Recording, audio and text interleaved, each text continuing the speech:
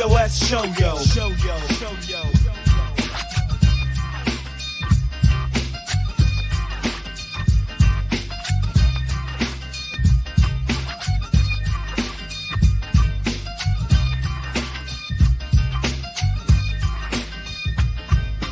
Yo, it's POS with Pat and Bobby. News so wild it's never sloppy. Talk the truth, don't make it snobby. Who's with POS? We getting choppy. POS show yo.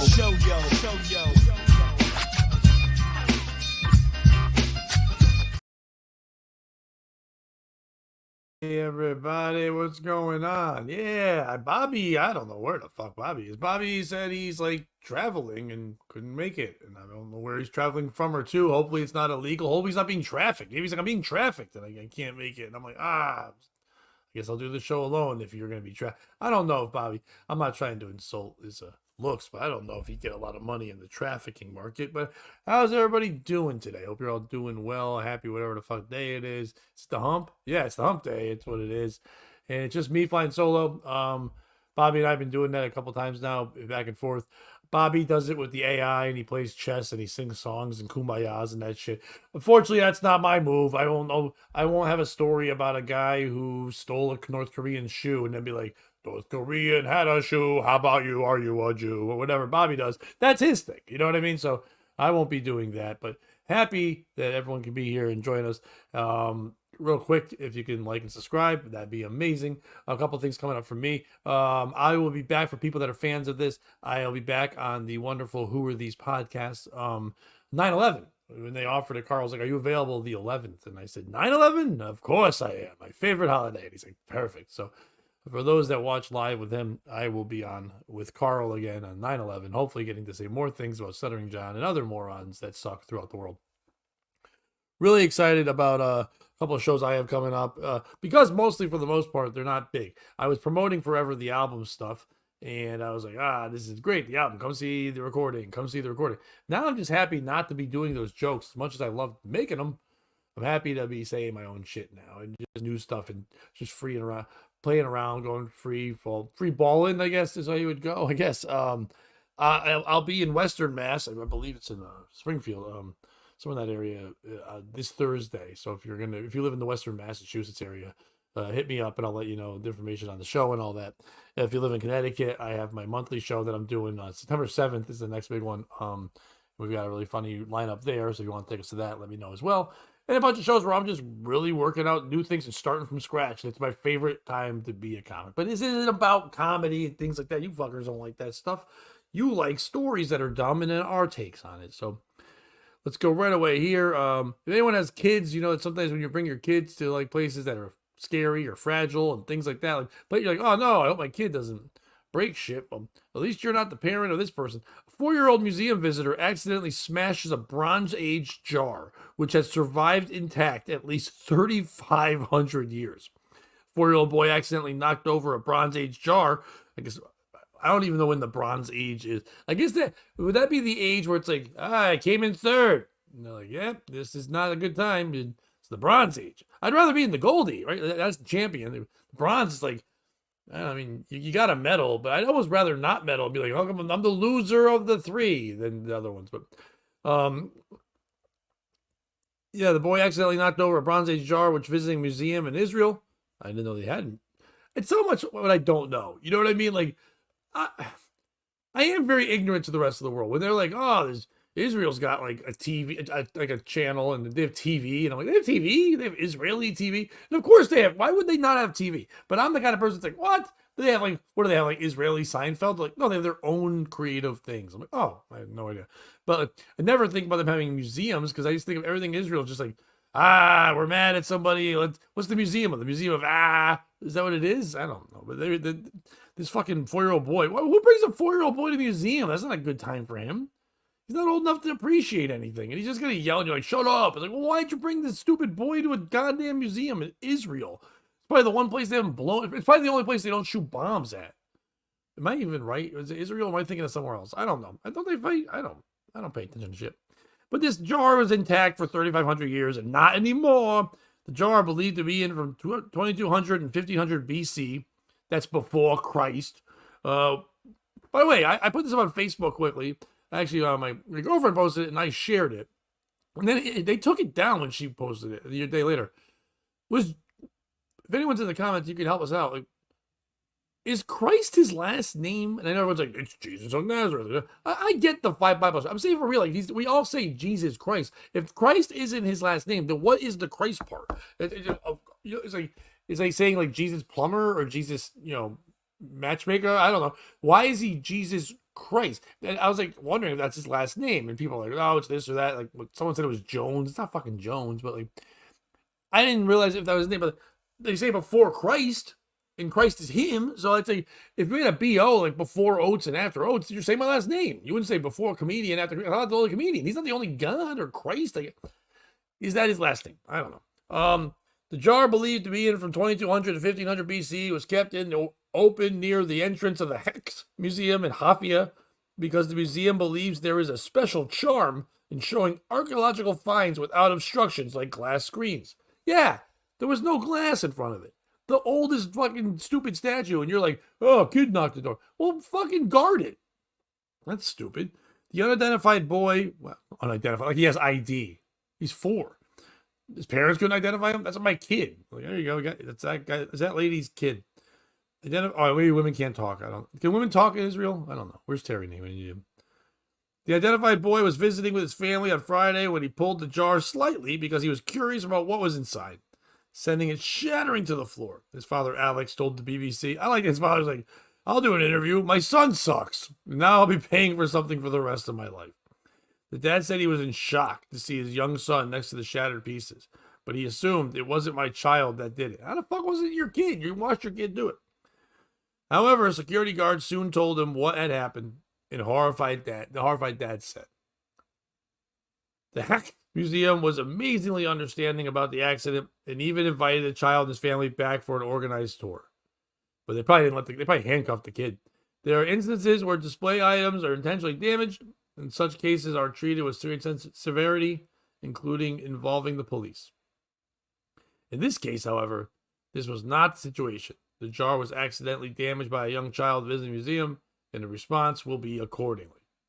The museum has also hired a conservation specialist to restore the jar, which officials say will be viewable again in a short time. They're going to do the glue like the Brady Bunch? I would be. I'd be like, hey, is this a glued vase? Then I don't want to pay the cover to get in. I think museums only do donations, but I'm like, no donation. If you're gluing shit, I'm out. The boy's father and the family was relieved to hear that the jar would be mended, but that they were still sorry because it will no longer be the same item. The jar, which predates the biblical King David and King Solomon, were likely used to carry supplies like wine or olive oil, museum officials said. So it's like the oldest olive oil jar. Who gives a fuck? It's not virgin. That's an old whore. That's a slutty virgin olive oil. That is a I've been fisted olive oil. Similar items of pottery recovered from the era are usually found broken or incomplete, making the once intact jar an impressive find when it was discovered. The museum, located in the grounds of the University of Hafia in northern Israel, collects archaeology and art. Once again, I didn't know they had universities. Why am I this dumb? Jar Jar breaks? Yeah, hysteria. I like that. Why am I this dumb when it comes to stuff? I'm just so ignorant. Like, they're like the University of Hafia. Like, who the fuck goes there? Like, do they use scholarships? Like, if I was studying, like, I don't know, shooting a guy with a gun I made in my backyard, could I go to the University of Hafia in Israel and fucking get a ride? Like, I didn't know they had museums. I don't know. I didn't know they had TV. I didn't know they had movies. I don't know any of that shit. I know the BBC was the interview, so I figured. Usually England's like, you're dumb enough to not have your own TV. We'll be your TV. That's usually what England does. But who's the piece of shit in this story? Is it the child? He's 4 years old. He's fucking around. He found out. You know what I mean? You can't be fucking with statues and shit. I'm sure his parents are like, don't touch, whatever. And he's been told not to touch. But he's like, fuck it. I gotta look inside this jar. What the fuck is? I know you're 4 and you're like inquisitive. Nothing's ever good in a jar. If you're looking inside shit, never good. It's either like grandma's ashes or like someone hid the dildo or like maybe a child molester's in there. Like, and he just grabs you. Who knows? But either way, is it the kid? Is it the father for not paying attention? The father even said it was crazy to turn around and see my son standing next to the broken vase. Well, why didn't you watch your kid? Why did you bring your kid to the fucking museum if you're not gonna fucking show him? You brought him to the museum. Maybe dad was there with like new girlfriend and he was like trying to make out with her and have the kid be distracted. But like, just get toys. That's what that's for. Is it the museum for not fucking laying down the law? You're Israel, goddammit. Be tougher. That's the problem. No one's fucking with you. You need to be tougher and edgier. The kids they're like, it's just how kids do. We're happy kids are coming to the museum, so yeah, I guess you broke it. But now we'll just tell people it was 3,500 years intact, and now like 1 year broken by a fucking modern day stupid 4-year-old. That's not a good time. Why is that? The museum should have laid down the law. Or is it Israel? Who the fuck knew you had a university? Did anyone else know that? I don't think you're promoting it. Why aren't they in the Rose Bowl? Why aren't they playing USC? Who's the piece of shit? To me, it's pretty simple. It's the dad. Not because he wasn't watching his kid, because the fuck are you bringing a 4-year-old to an Israeli museum for? No one's going to like that. You're not going to like it because you're going to be explaining, like, this is a really old vase. Like, really? How old? Like, old is you, dad? And the dad's like, fuck you for saying that. But you don't mean it. Just upset. They didn't take his hands, Terry. That's what I was hoping for. I always thought that was the thing where you lop off some stuff, but they did not do that. They just said, all right. They actually gave him a tour with his family. They rewarded him for breaking shit. Maybe they didn't like the vase. Maybe the vase was annoying. Maybe they were dealing with shit. Or I bet you it's something more to do money-wise, right? Like, I bet you they have some kind of, like, insurance thing. If it's broken on accident and not by stolen, there's probably some kind of big payout or something, like, that they have like insurance on it and they get that money. Something where they were just happy as fuck to do it. Like, they're almost like pumped. Like, they gave the kid a tour. I'd be like, hey, we appreciate you coming, but next time your kid comes, how about you keep his stupid, gross mitts to himself? But it's the dad. Why are you taking him to a museum in the first place? Why aren't you watching him? What are you doing? You got to explain to the kid what all the shit is. The kid's going to ask questions. You're like, what the fuck, kid? I know you're 4, but you don't know. It's a vase, whatever. I don't know how you pronounce it, 4-year-old. It's the fucking kid. That's who it is. They were understanding. Yeah, they didn't take his hand. Is Israel one that takes the hand? I don't know shit. Is Israel a hand place? I know a lot of the Middle Easterners like, no, and they lop off. They love lopping. But like heads, hands, whatever. But like, I didn't know if they were one of those joints. I don't think they punish that well. I don't know. Isn't Israel just like a bunch of Jewish people? They're probably like, the retail is down, but it's broken. We'll get a good deal. That's my Jew thing. You guys, if you're familiar with Jason Kelce, all the Kelces, Travis, Jason, they're like the Kardashians of football. I'm sorry, I know everyone thinks they're great. It's annoying how we have to just know about them. And they weren't. Yes, Travis is a tremendous tight end. I'm not saying Jason's not a great lineman or whatever, but it's just like that's not even like exciting positions. I mean, the tight end is, I guess, but like it's. And as great as he is, it's without Mahomes, he's not the thing. It's kind of like Gronkowski with Brady. You know what I mean? Like, people say like Gronkowski might make Brady, but nah, Brady made him. The system made them. Whatever it is. Anyway, I'm a little tired of their fucking shit. And they're always out there. And then the wives are like, wow, now Taylor Swift and then the wife of Jason are always like I think the wife of Jason calls herself like the mother of Philadelphia or some shit. Like, she has some kind of weird name like for herself. I saw a video the other day where she was like talking to an autistic boy about his headphones. And everyone's like, isn't it great? I'm like, but she's just talking to goofy kids about their stupid headwear. Why is she near people's kid? Get the fuck out of there. But anyway, NFL fans drag Jason Kelce after his wife reveals she's the big spoon when they cuddle. That it's quote unquote cringe. I'm going to read the article, but I'm going to come out right away and say, I'll hold my opinion. I want to see what you guys think too. But like, spooning, does it have to be the guy, or can it be the lady that sometimes holds the guy? Jason Kelce is receiving backlash after an interview with his wife Kylie that left some football fans in an uproar. The couple revealed that Kylie, instead of the former Philadelphia Eagles center, is actually the big spoon when they cuddled during a game of Who's Most Likely To, Couples Edition.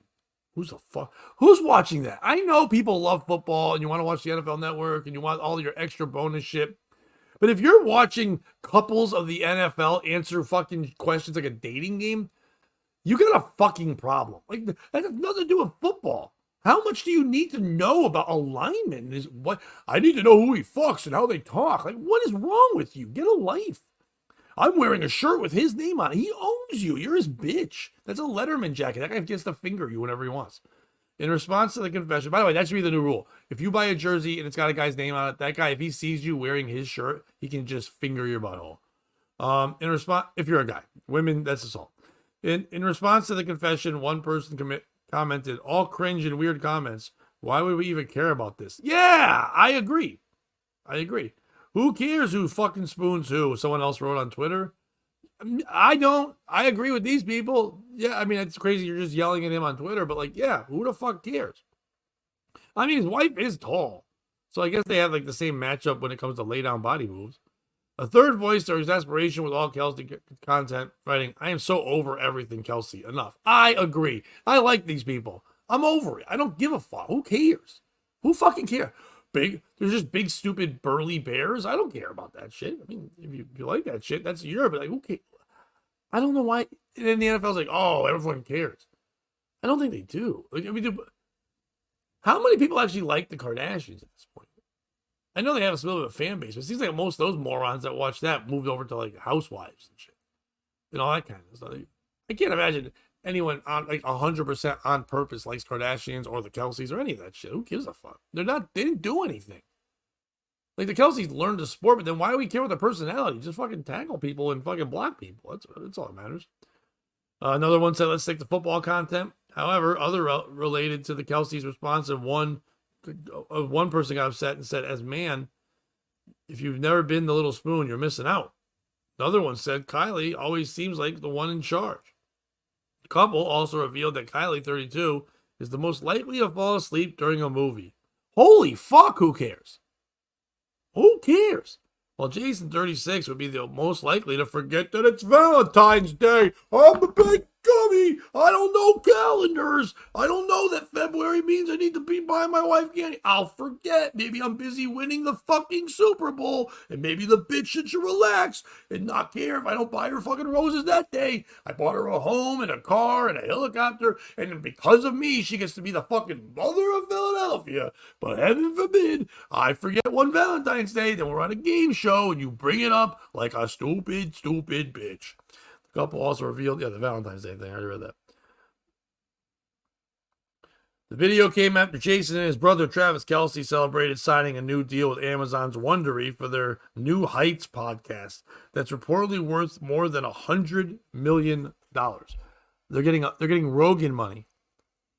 Maybe a little less than Rogan money, but still big time money for a fucking podcast. And they don't really talk about football. They're like, what do you like to eat when you're in Milwaukee? It's like, I like to eat bratwurst. Isn't that good? And my wife's like, don't eat bratwurst or it makes you fart and forget about fucking Valentine's Day. Oh, my God. Starting Wednesday, which coincides with the NFL season opener, Wondery will own the global distribution rights to all audio and video episodes of the podcast back catalog. We couldn't be more excited to team up with Wondery for the new phase of New Heights. We love this show and the fan base that has grown with us over the last 2 seasons, the brothers said in the statement. Oh, did they say it at the same time? Are they synchronized morons? Whatever. Wondery understands the shared vision and will offer a wealth of experience and resources to take us to new heights. Get it? Because it's called New Heights, and we're using a phrase that people know. Oh, man, isn't that great? That's fucking the best. Jason, who announced his retirement from the NFL in March, after 13 seasons, will also be working with ESPN as an NFL analyst for Monday Night Football after stepping away from the field. He made his official ESPN debut earlier this month after attending the 2024 Paris Olympics with Kylie. Jason and Kylie, who married in April 2018, share 3 daughters, Wyatt, Ellie, and Bennett, 18 months. Who gives a fuck? Who's the piece of shit in this story? Because the headline, is it the writer? Because the headline is like, holy shit, everyone's fucking bashing Travis Kelce for being the little spoon. But then when I read the article, one person was like, you ever try it? It's good. Where was the bashing? Everybody was bashing the fact that they're famous and that people give a fuck about them. But it didn't seem like anybody was bashing that part. Is it Travis Kelce for like continuously thinking everyone wants to know everything about him, and Jason Kelce, everything they want to know about them? I mean, I know they're going to say, well, people are talking about it. Are they? Or is the media just like these guys and they've latched on and they just, a lot of times that happens too. Especially if there's good promoters and you got a good team behind you, they can convince media to pretend like this person's a big star until they become, fake it till you make it shit. I don't think anyone's ever like, when they first watched the Eagles and you saw him on the line, they're like, I need to hear this guy's opinions on fucking cheesesteak and his stupid wife. You're not even in that order. Who fucking cares? Is it the wife? Holy shit. Everything's like, oh man, fucking Jason, he forgot my shoe size. Now he's a stupid man and I'm the lady that's smart. Guy fucking blocked human beings for a living. The guy made tons of money at a sport that's very hard to become the best of the best at. And then you're always like, he's a dummy. And he's like, that's me. I'm lucky I get to touch her tits sometimes. Like, fuck you. He can have anybody he wants. You look like fucking The Undertaker's wife. And I don't mean that in like a weird insult. Like literally the wrestler, The Undertaker, his wife, who was a female wrestler. Like a tall, lanky, kind of goofy-faced bitch. I don't know. I'm sure she's nice. Who's the piece of shit in this story? To me, it's the person who wrote the article. Because I don't care about the Kelces. I don't care about the Kelce wife. I don't care about any of that shit. But this person's writing an article about how people don't care about this content. You literally wrote content about content that when you did research, people said enough. And you're like, all right, here's more. Why would you write an article about the content that people say they don't want in the article? That's insane. And then also, the little spoon thing pisses me off. Listen, it's nice sometimes. I don't think you have to call it little spoon. It's nice that someone, when you're a bigger guy, you don't get held often, but you still inside feel like a little kid or vulnerable sometimes. It's nice when someone loves you and holds you. And to be honest, it's the safest way to fall asleep. Because if you're spooning the other way and you're there and you're holding your girl and you're behind her, she's going to move her butt and then you're going to get fired up and then you're not going to sleep. If you want to go to sleep, she should be behind you backpack style. She holds you a little bit. Then you won't at one point go, that was nice. Let's turn over. Let's touch butts. And let's fucking go to sleep. Back to back. Like your back box people out. That's the way you should fucking do it anyway. So why not? Who gives a fuck about the spoon on spoon action? It's so dumb. It's not to make you manly or less manly. You know what makes you less manly? Laying alone, no spoon. You got a girl in your bed. Who cares if she's holding you or you're holding her? You did it. You did the thing you wanted to do. You got a lady in your bed. Hopefully she's nude. Congratulations. Thank her for her service and her titties. You should always do that. People get real weird with that shit. And I'm not hating on the Dork Brothers because I'm jealous of things or anything like that. I don't care about that stuff. It's just that it's too much. It's so much. Like we do that sometimes. Like back in the day, like when the reality shows got big, like remember when like American Idol first got big and then like Simon Cowell and that Randy guy were fucking all over the place in every commercial, every show, like sitcom. It's like, just let me enjoy them on the one thing they're on. Like I don't mind what's his name? Jason Kelce being on ESPN or being a commentator. That's what he should do. When he retires, he should go there. But they're like, the first time we saw him was when he went to the Olympics with his wife. Like, that's not football. There's no football there. Why the fuck is he there?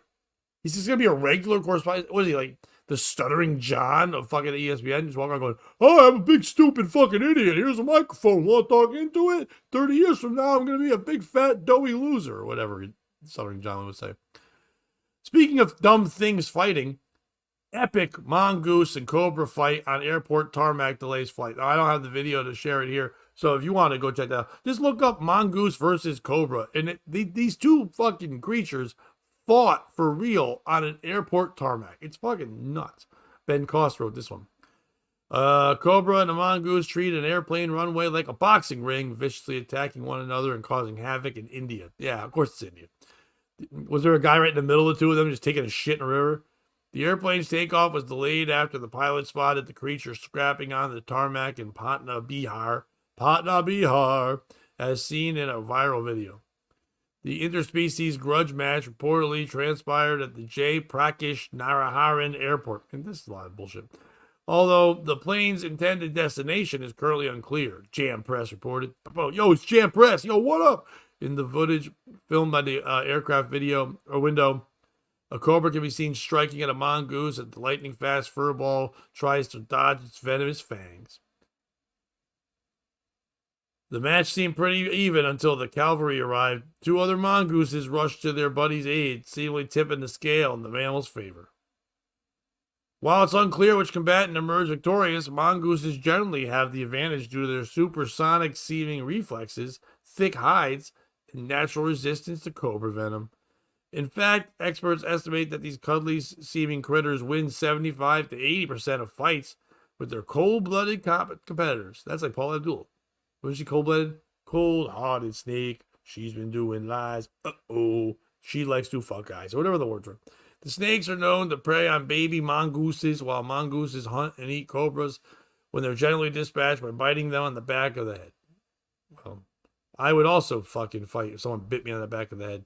In fact, the age-old Animal Kingdom rivalry became widely known through Rudyard Kipling's 1894 story, Riki Tiki Tavi. I don't fucking know that one.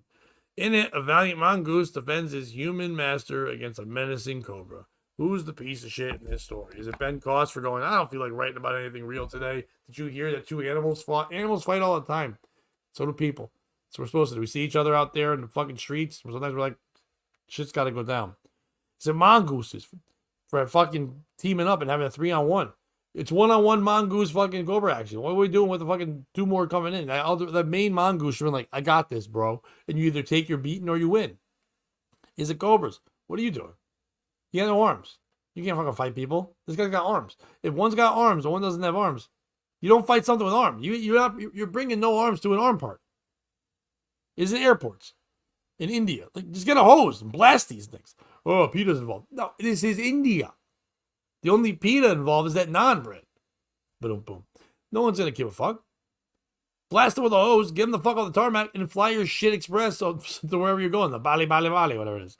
Or is it Tiki Tiki Tavi?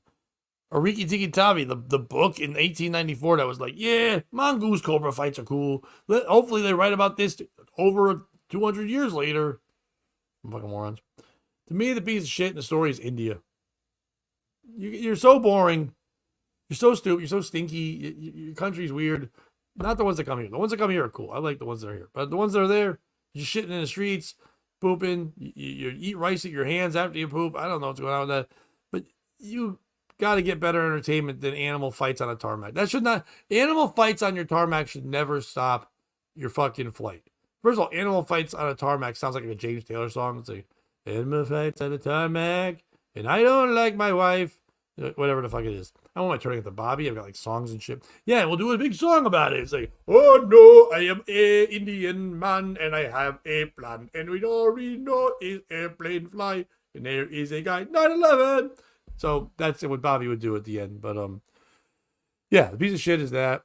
Listen, we did about a half hour. We're lucky we even got that out of me, to be honest with you, and run around. But we'll be back to full forces very soon. In about a week or so, we're going to be announcing. So, India, I blame Biden and Obama. To me, I think the podcast is going to be better when we do a couple less episodes a week. That's just me. I think it'll be bigger episodes, better episodes. And we've been doing a bunch of weeks, but we're figuring that shit out. So we're going to have announcements very soon. But the best way to get those announcements and be involved is to subscribe to the station, turn notifications on so you get your fucking notifications. We're there. Like the video while you're there as well. Please head on over to the Patreon. We're getting new plans and new different things there. But the old Thursday Thoughts are there, and you get the shows right away there, too. If you don't want to watch the YouTube, you can watch them there. Besides that, go make sure you text Bob on Twitter. Just hit with Bobby. Like, hope you're okay. I think he's fine, but he just messaged me saying, thanks for covering.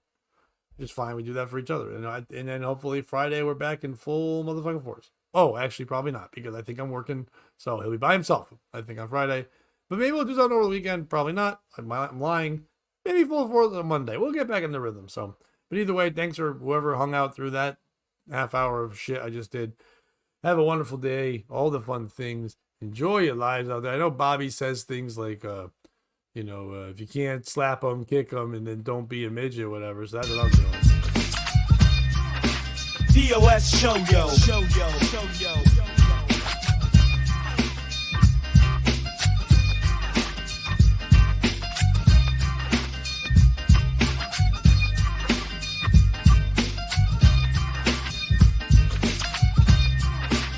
POS show yo.